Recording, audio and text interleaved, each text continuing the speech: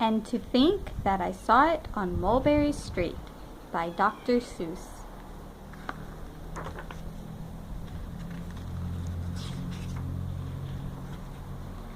When I leave home to walk to school, Dad always says to me, "Marco, keep your eyelids up and see what you can see."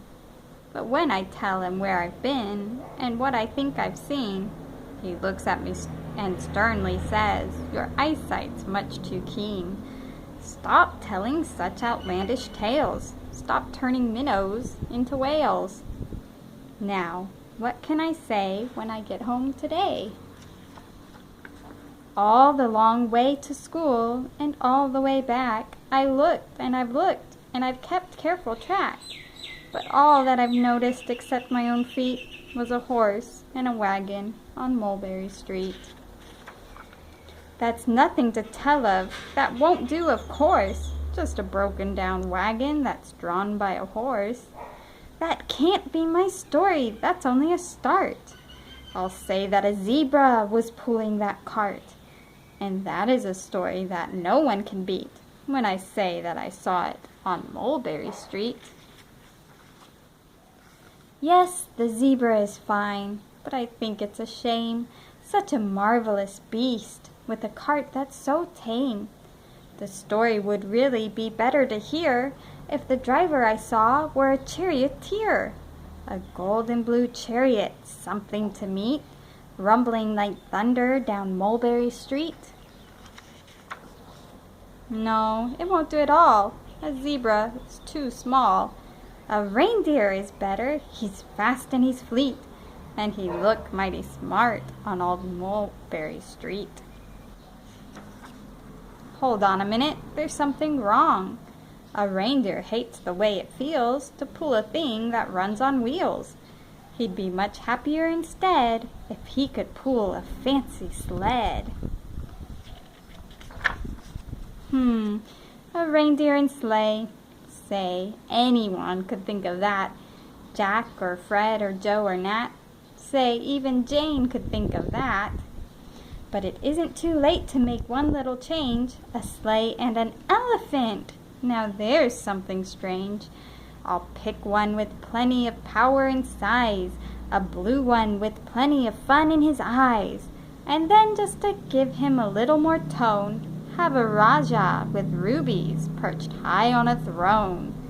Say, that makes a story that no one can beat when I say I saw it on Mulberry Street. But now I don't know, it still doesn't seem right.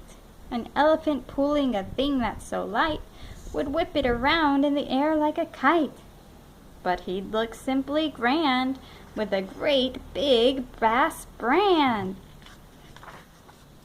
A band that's so good should have someone to hear it, but it's going so fast that it's hard to keep near it. I'll put on a trailer. I know they won't mind if a man sits and listens while hitched on behind. But now is it fair? Is it fair what I've done? I'll bet those wagons weigh more than a ton. That's really too heavy a load for one beast. I'll give him some helpers. He needs two, at least.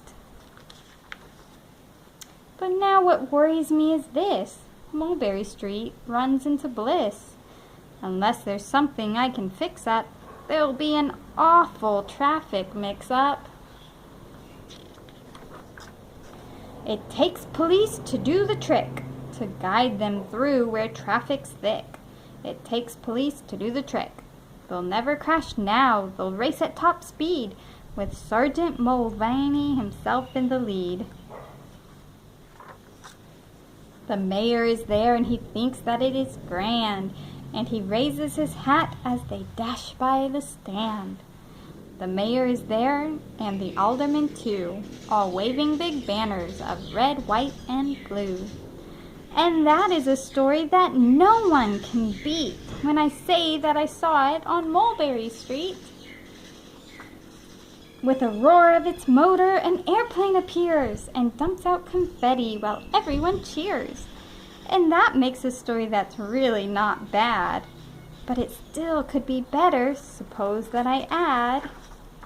a Chinese boy who eats with sticks, a big magician doing tricks, a 10-foot beard that needs a comb. No time for more, I'm almost home. I swung round the corner and dashed through the gate. I ran up the steps and I felt simply great, for I had a story that no one could beat, and to think that I saw it on Mulberry Street. But Dad said quite calmly, just draw up your stool and tell me the sights on the way home from school. There was so much to tell, I just couldn't begin. Dad looked at me sharply and pulled at his chin. He frowned at me sternly from there in his seat. Was there nothing to look at? No people to greet? Did nothing excite you or make your heart beat? Nothing, I said, growing red as a beet, but a plain horse and wagon on Mulberry Street. The end.